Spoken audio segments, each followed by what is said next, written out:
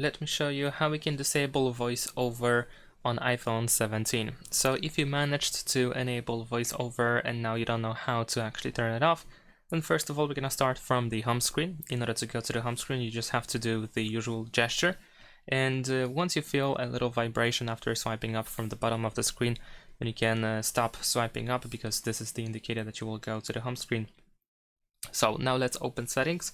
We're going to tap on the settings app over here, and then we can double tap in order to confirm. In case you need to scroll through pages, then you need to use 3 fingers. So in case you need to go to the app library or something, then you need to use 3 fingers to do that. So let's go to settings. Use 3 fingers again in order to scroll up. I'm not sure why it is not scrolling up. There we go, it finally worked. Okay, so now we're gonna tap on accessibility once and then double tap to confirm. Now we're gonna tap on VoiceOver once and double tap.